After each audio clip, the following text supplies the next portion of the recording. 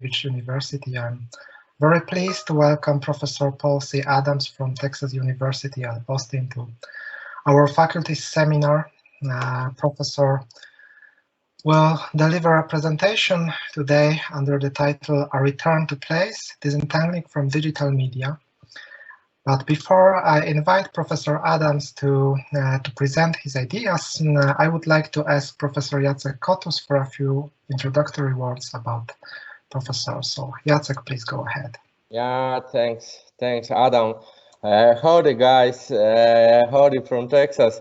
So Paul asked me I would like if I would like introduce him in Polish.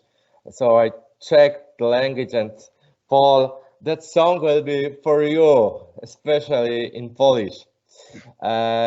Cześć, witam was serdecznie.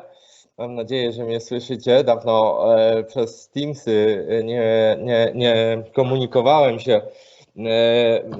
Paul Adams jest profesorem na Uniwersytecie Teksańskim w Austin.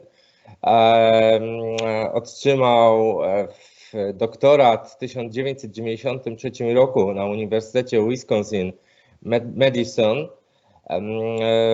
Bardzo mocno jest powiązany z Europą i to jest taka siła Paula, jeśli chodzi o jakby niesamowitą wiedzę na temat tego, co się w Europie dzieje, także tą wiedzę naukową i badawczą.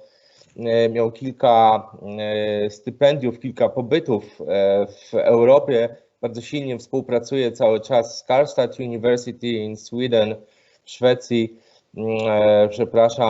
z Uniwersytetem w Bergen w Norwegii.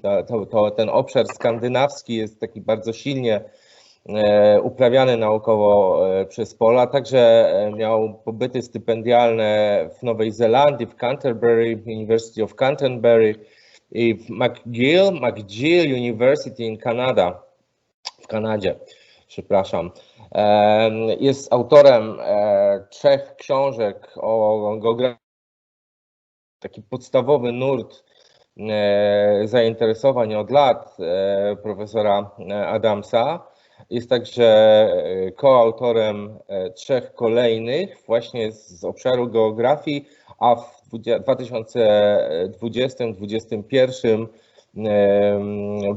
tworzył kolejne 2 książki, także w zakresie, są to książki współautorskie, o której chyba dzisiaj, czy na podstawie której dzisiaj jednej z nich będzie prezentacja. Te zostają wydane. Czym się interesuję, dosłownie w 3 zdaniach, jakie tu zostały mi przesłane, badania, czy ten obszar intelektualny, szerzej niż badania, związany jest, jak sam mówi, z rozwojem takiego pogranicza geograficzno-filozoficzno-społecznego w obszarze połączenia studiów komunikacyjnych, studiów z zakresu przestrzeni i miejsca oraz studiów związanych z mediami. No i w zasadzie ostatnie lata Paula to rozwój takich koncepcji teoretycznych bardzo mocno, bardzo silnie w tej chwili skręca, jak to można powiedzieć, w takie poszukiwania filozoficzne i rozbudowę tej teorii geograficznej w tym kierunku połączenia z filozofią i studiami komunikacyjnymi. To jakby tyle po polsku. So I finished introduce. I hope some sentences you understand. In Polish, I know that some phrases you understand. A tiny bit. Yeah, but still is understanding. Back to you, Paul, and I turn off my microphone. It's your time in Poland. Okay. Almost in Poland. Okay. Thank you, Jacek. Again, thanks to the department for inviting me to give us this talk today. And it's really an honor to be involved in this way and to be able to host Dr. Cotis while he's here in Austin as well, and introduce him to America a little bit. So my presentation today, let's see if I can bring it on screen. I'm a little unfamiliar with this interface. There we go. Więcej, can you give me a thumbs up? Whoops. If this looks, sorry, I have to go back to the beginning. There we go. Are we seeing the right screen now? Return to place. Yeah, it's visible. Yeah, okay. yeah, it's Great. right. Fantastic. Okay, so the premise of the talk is that there's a relationship between our use of digital media and how we relate to places. I just need to give credit to my institution, University of Texas at Austin, and my department, the Department of Geography and the Environment. And I've received money for a few years from the Research Council of Norway, which in some ways it inspired this project. As you'll see, one aspect of it was funded by Norway. So to move into the talk, there's a new market for books. And these are books about how to get yourself free from digital technology. It's a kind of a self-help book. So you can find books about digital detox. And the term detox may be unfamiliar to you, but it's about removing toxins from your body. So if you've drunk too much alcohol, you can detox afterwards and get it out of your body. So this is digital detox. Digital minimalism, reducing the amount of digital communications in your life. And two people entitled their books, Digital Minimalism, or three actually, because one's co-authored, How to Break Up with Your Phone, Slow Media. And this is just a tiny sample of the literature out there about unconnecting, disconnecting from digital communications. So what is this all about? It's a quest for autonomy from networking. People make efforts to disentangle themselves, to get untied. That's the word. The word disentangle comes from the word tangle, which means to be tied. So people try to disentangle from these digital ties for psychological, economic, or spiritual reasons. And all of it comes back to being autonomous, running your own life. There's a desire to anchor yourself, your awareness and your actions in the here and now. This implies that digital media are increasingly being viewed as restricting our freedom rather than increasing it. So geographers can look at this process as part of a dialectic between connection and disconnection. It is to say, how we connect to the world affects how we disconnect from the world, and how we disconnect affects how we connect. Which is a very abstract argument, I suppose, but it's very familiar to everybody when they come home in the evening or they leave the house in the morning, as their daily routine goes from being less connected to being more connected. And so there's a geographical side to this, and there's a side that relates to communication theory, and that makes it suitable for interdisciplinary research. Andre Janssen, who's a communications scholar at Karlstad University, and I have put together a book which is due out very, very soon. Maybe even in the next month or two, we should see this book with Oxford University Press, called Disentangling, The Geographies of Digital Disconnection. We have a bunch of really interesting chapters that we were able to line up from people who have already written a certain amount on the topic of disconnection in one way or another. So that's a part of what inspires this talk. And another part is a research article which I published back in 2020, in Journalism and Mass Communication Quarterly called Agreeing to Surveillance, which doesn't sound like a very good thing, and it's not. So when we subscribe to a digital service, we have to click agree. And most of the time when we click agree, that means we are agreeing to digital surveillance, meaning that our data is being collected. Another research project is a co-authored article with Andre Janssen, which is under revision for transactions of the Institute of British Geographers. So the tip of the iceberg, the most obvious part of this problem is familiar to us from images and debates in the newspaper, and that is people being preoccupied with their media at times when it seems to not fit with the place. So whether that place is a classroom or that place is a fancy restaurant on a date, there are many places where our digital technologies feel out of place.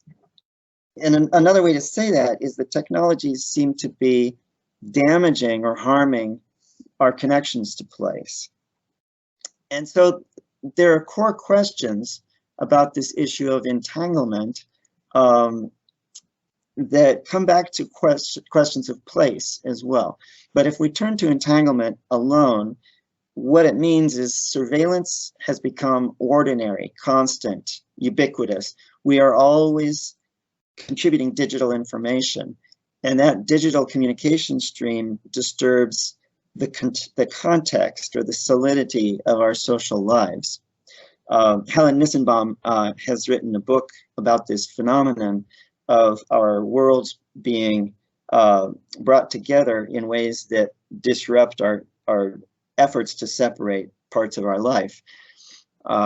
It has a familiar economic logic, though, because somehow people are making money off of this, and so you can go back to Marx to try to understand why this is happening, who is making money, why are they making money, how are they able to get us to contribute to the process. So this raises a question, can we imagine some sort of a post-digital territoriality where we reestablish these boundaries that have been disturbed by our technologies? To what degree would this be a return to place? Now, the problem as people experience it in everyday life has to do with addiction or distraction or displacement. These are separate issues. One means you can't put it down. You constantly check your phone. Another means the phone is breaking into your awareness when you'd rather be focused on something else, or rather people want you focused on something else. Displacement means you've been taken out of place, or the place you're in has lost some of its power. So living with media is a complicated matter. It's haunted by ambiguous feelings. That means feelings that pull us in different directions. And there was a liberating feeling of extending our body and extending our senses, but it's tied up now with troubled feelings about being overextended, distracted, manipulated, or addicted, missing out on the real world or the better things in life. What that means is we experience media as coming between us and the world. And that's not surprising because the word media actually is like the word middle, means that it comes in between us and the world. So there's an old critique. It's been around since the mid-20th century. In fact, Marshall McLuhan, who is known as an advocate of media, his first book was a critique of how media destroys values. So The Mechanical Bride was a critique of mass media. Jerry Mander's book obviously is a critique, 4 arguments for the elimination of television. Marie Wynn's book, The Plug-in Drug. Neil Postman's book, Amusing Ourselves to Death. All of these books are arguing that media are damaging our lives, and as you can see from the right-hand pictures, that they are disrupting the places that we live in and the ways that we socially gather. Trine Sivertsen at University of Oslo in Norway has sort of collected information about this genre of writing and calls it media resistance. So if this is an old problem and it's an old critique, the question arises, what is new about this idea of disentangling that I'm proposing? Is it the same old thing or is it something new? Well, part of what makes it new is the coercive quality. Coercive is a word that most Americans don't know, so I'm sure it's somewhat unfamiliar in Poland, but coercion means being forced, not being able to say no. And so our routines of media use are becoming more and more coercive in that it's very hard to say no to media uses. It becomes necessary for our daily lives. That means our agency, our ability to act, is hybridized with digital technologies. And these technologies predict what we're going to do. That's their function. That's their purpose, is to predict what we are going to do. And then prescriptive means that there is an attempt to change or shift what we do. So rather than treating users as a mass, and if I step back again, this work was concerned with how people were being treated as a mass by mass media. This new work is curious how people are being treated as individuals, which seems good at first. It sounds better, but think about how Netflix suggests movies you might want to see based on algorithms to match your interest. Facebook posts advertisements and political messages that Facebook thinks you want to see. Think is in quotes because, again, it's an algorithm that's deciding how to match you to content. Or Google, the search engine, ranks search results to prioritize what it thinks you are searching for. All of this amounts to kind of a custom tailored media landscape that's multiplying the usefulness and convenience of media in general. But the problem or the cost is that it's better and better able to predict the way individuals will behave and think. And that is what leads to this idea of entanglement. So digital connection it's about access to technologies and services. And we've all written and read a lot about needing to improve people's connection and how not being connected is a problem. Entanglement is different than connection. It's about things that force us to connect, force us to stay connected. And again, this comes back to this issue of coercion. So economic shifts, social shifts, organizational shifts, and political shifts are all tangling us more and more in this digital world. A very interesting book by Shoshana Zuboff argues that this is a new phase of capitalism called surveillance capitalism. And if you focus on the bottom of this very intriguing diagram, you see a little person walking inside of a gear. That little person in the gear is meant to represent you, the user of a digital service. And as they use the service, they generate data. Some of that data is used to provide them with custom tailored experiences in the service. And some of the data is what Zuboff calls rendered behavior. There's a box in the middle that looks sort of like a machine. It's producing information about this individual that is being sold to third parties, other companies that have uses for that information. And she describes this as a new means of production. And of course, some of the most powerful, wealthiest people in the US have made their money by selling information that they've collected or selling access to people based on information. So, you know, Matt Zuckerberg, the head of Facebook, his business, the purpose of that business is to collect information about people and then sell custom tailored access to those people. So it's a kind of a new logic oriented around surveillance. The digital services or apps are made available at low cost or no cost. Then the profit is generated from the value of personal data that's been obtained from these digital services from a kind of surveillance. And the value of the data depends on cross-referencing many, many different databases. So it's not really just the data that comes from a particular app, whatever that app may do on your phone. You all have dozens of them probably. I try to restrict them and I still end up with apps on my phone that I need to use. And the value really comes from companies that are able to bring that data together and combine it. And that's a significant change from the previous media systems. We're talking about something very different from what was being critiqued by people like Postman and Mander and Marie Wynne and early Marshall McLuhan. This is a different phenomenon, even though we are in the tradition of media critique. So what can we do about it? Moving to the geographical side of the argument, territoriality is about bounding things, separating an inside from an outside, excluding things and including things. So the purpose of a territory is to both connect and disconnect. They connect you to people who are close and they disconnect you from people who are far away. So territory can strengthen a sense of place by reducing interactions with people and processes outside one's place and intensifying interactions with people and processes inside one's place. Now, there are big problems with territoriality. The image on the top there is part of this movement in the US that we've seen for the past few years, a very nationalist, racist, prejudiced movement against immigrants to the US.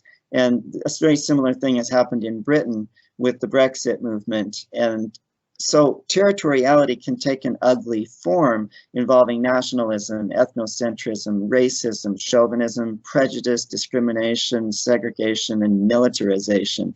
And Europe has certainly suffered abundantly from territoriality. And this is why Doreen Massey, in a very famous article, has promoted what's called a progressive sense of place, emphasizing connections between places rather than traditional conservative ideas of territories as containers that define us and keep out them. So territoriality, in short, very short summary, territoriality could be seen as useful, but it can also support attitudes of exclusion, segregation, and marginalization. What about connectivity? Well, for a quarter of a century, connectivity provided by new media seemed politically progressive. It seemed that connectivity would overcome separations and divisions between people. If you just hooked people up by computer, all the barriers would fall down and we'd have a global society. It seemed that connectivity would erode nationalism and prejudice. People would come together in an international community. It seemed like this connectivity was going to facilitate grassroots mobilization and organization. But the politics of networking now we can see is much less certain. Social media have supported radical political movements on the right in many countries, including in the US. I am no great fan of our former president. He worked on the public to try to promote very nationalist attitudes, but he used networking to do so. So he was very fond of using Twitter to promote his nationalist views. And Eli Pariser has written a book called The Filter Bubble that captures this process of using social media to produce a kind of bubble that's like a ball that holds people into a narrow worldview, and they can only see the reality from inside of that bubble. So there's a problem with the politics of connectivity that wasn't expected early in the process of creating the internet. So moving on, territoriality can have a range of negative political implications, but connectivity can also have a range of negative political implications. So let's look at some specific interventions that people have developed that work to reconcile, that is to find harmony between these problems and potentials of territoriality and connectivity. So one product that you can buy now, you can find it on Amazon.com, is the smartphone box. So at your house, inside the door, people may take off their shoes. Well, you can also have them put their phone in a box. And I think this is probably most popular in large families where the kids are always on their phone and the family doesn't have time to get together. I don't know, maybe it's just a fad, it's just a short-term fashion, but these things are available now. You can even take the phones and lock them, which teachers do in classrooms, because students using cell phones in classrooms can really disrupt the class or distract the kids. And so you can have a range from your home to your school to a church, let's say, to a meditation retreat where part of the process of entering also means setting aside your connectivity to the outside world. And I mentioned a moment ago, a meditation retreat. There are actually designed retreats for people to escape from the tension that they feel when they're constantly connected. So part of the selling point for going on a meditation retreat is that you will be out of touch for a week. You won't talk to anybody in the outside world. You will be allowed to just deal with whatever is happening in your head. And here is a very strong expression of territoriality, where the place of the meditation retreat dominates your experience, and you deliberately choose not to have that extended experience of being in connection with people outside the place.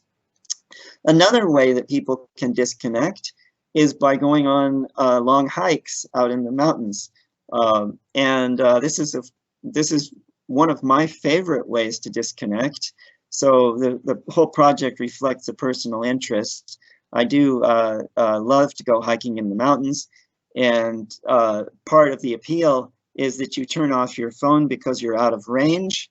Now this is subject to debate because not everybody feels that that is part of the appeal of being out in nature. Some people try to get connections so that they can send a selfie standing on the mountaintop or whatever. But one way of enjoying nature is as a kind of area beyond the territory of connectivity. We can also reestablish ties with our neighbors, make efforts to rebuild connections in our community.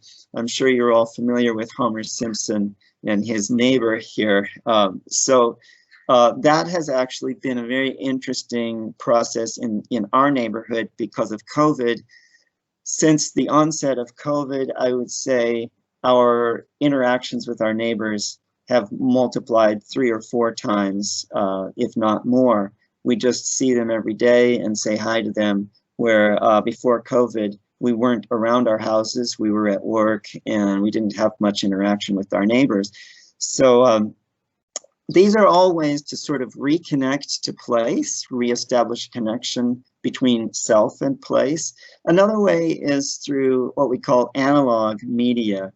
Analog is the opposite of digital. Analog is things like handwriting, playing an instrument, painting. These are all old analog media, and using them now seems to be about reclaiming something that has been lost. It's also a matter of seeking out reconnection to a more intimate sense of place. So as we write in a journal or we paint the images of the world around us, we reconnect to the places that we're in.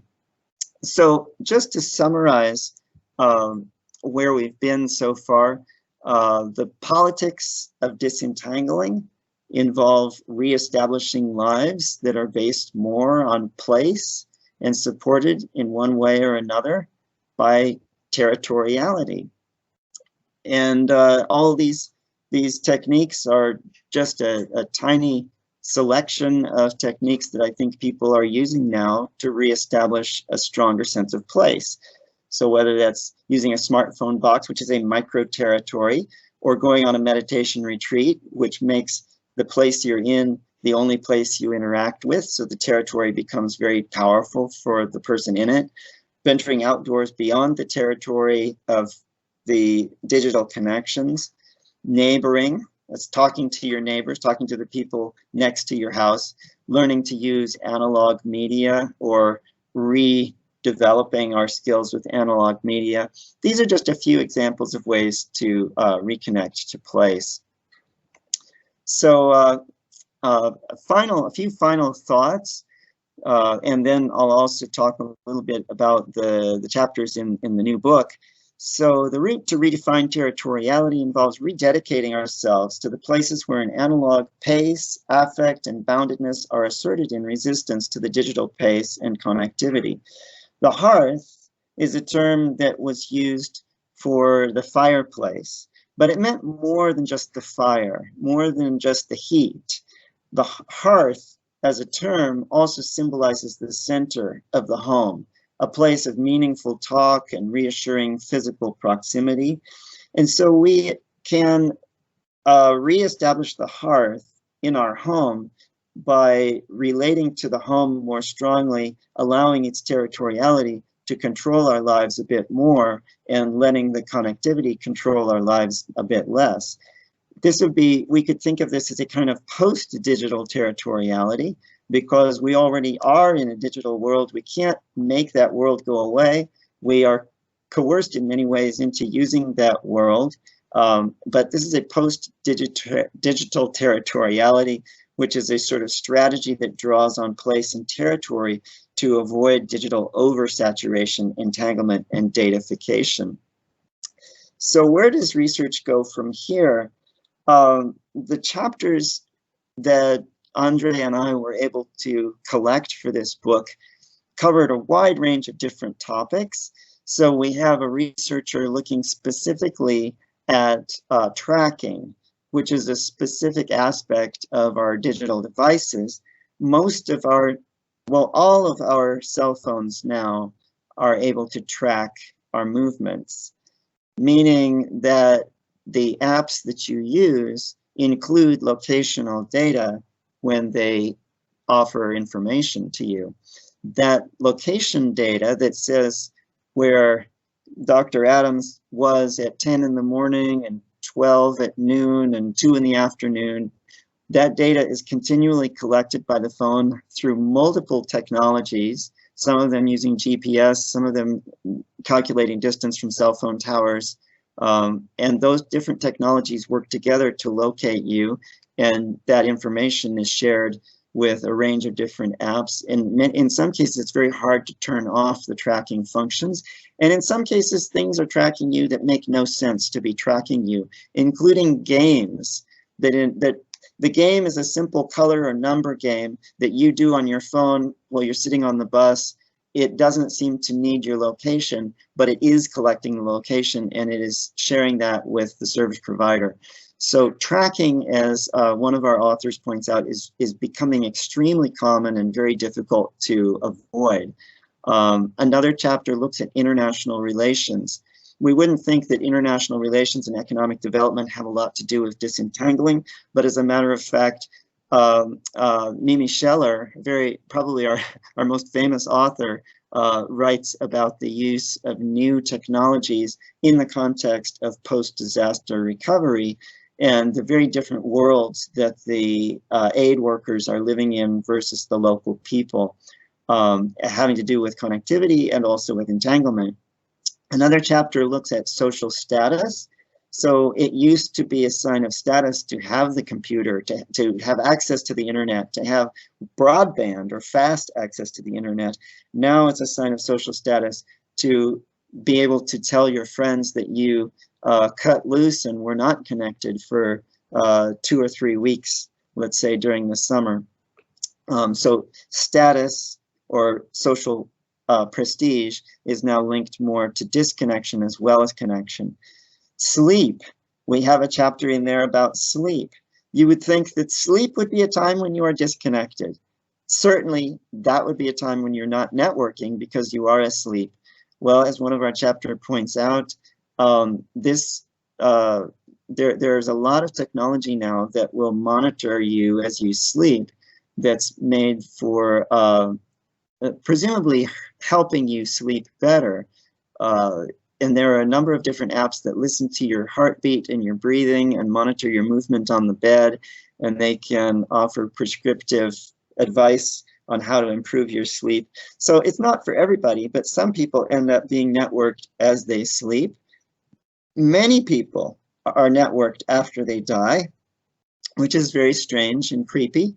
But of course, if you have a Facebook account and you get into an accident and you die, your Facebook account doesn't automatically disappear. In some cases it does, in other cases it stays around. I had a good friend who died and his Facebook account was still up for several years after he died.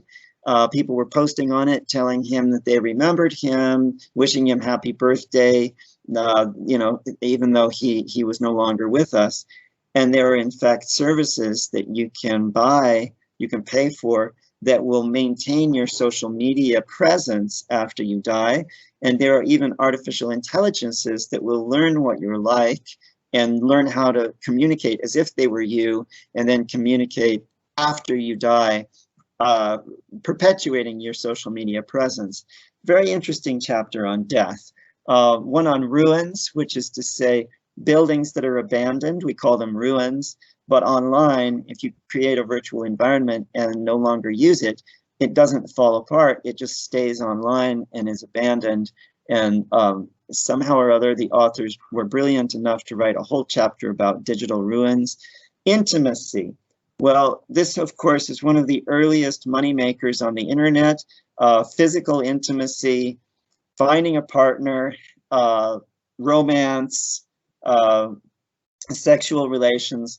All of these things have been seriously modified by our digital connections, but this issue of disentangling pertains very much to our use of digital technologies for intimacy. Digital detox, slow media and crafts, pandemic living and teaching. These are also a range of very interesting topics, I believe. For digital detox, the author is looking at a range of different strategies that people are paying for, and they pay quite a bit of money to leave behind the world of connection and have people teach them how to be less digitally connected. So there is a business out there, a business model of helping people cut free from these digital communications. Slow media. This is starting to write journals or developing scrapbooks where you cut things out. You record little bits of your daily life and post it in your journals. And we have a very nice chapter in this book about how people are doing this in China. Apparently in China, this is a huge popular trend to have multiple journals and diaries and scrapbooks and notebooks, and curate your own life, turn your own life into a sort of museum experience for other people or for yourself. And the last chapter is the one that I wrote about, well, I wrote it with 4 colleagues about living and teaching during the pandemic, because the last 14 months have been a time of great intensification in our entanglement. So we have come to, I mean, I purchase much more now online. I used to go to stores. Now if I need a piece of clothing or a book, and in some cases even food, we'll go online to order it. So we're becoming more entangled during the pandemic. Teaching went online so that we're completely entangled with digital communications in our teaching lives, and in our, and it's certainly, as we all are experiencing today, our academic communications have gone online. So to my mind, dealing with disentangling as a topic meant reflecting on the past year and reflecting on how this has changed my life as a professor and a researcher, but also as a person. How did this experience affect, say, communications with family? And it has been very, very difficult. So I tried to capture that sense of difficulty. And I think, like many people who have grown children, I seriously missed being able to get together with my child, my daughter, and she happens to live in Canada. So there was no way legally that we could get together. So we haven't actually, my wife and I haven't physically been in the same room as my daughter for 2 years. And so the pandemic really had a huge impact, physically disconnecting us, but then making us become much more dependent on other technologies like Zoom and phone conferencing to stay in touch. So that's the last chapter, and I was very fortunate to find colleagues in a number of different cultures. So we get a perspective on this phenomenon of pandemic living and teaching from Russia and China. with my colleagues, Olga Lavranova and Yan Yuan, contributing their reflections as well. And so that is unfortunately a little bit of an advertisement for my book, but I think also it gives you a sense of where you can go with this topic. And hopefully when people get a hold of this book, I will hear from people and build this topic, because this is really what I hope would be just the first step, and then we will see a lot more interest growing in this topic over time. So I've finished a little early. Hopefully some people have questions. Dziękuję. Thank you very much, Professor Adams, for your inspiring talk.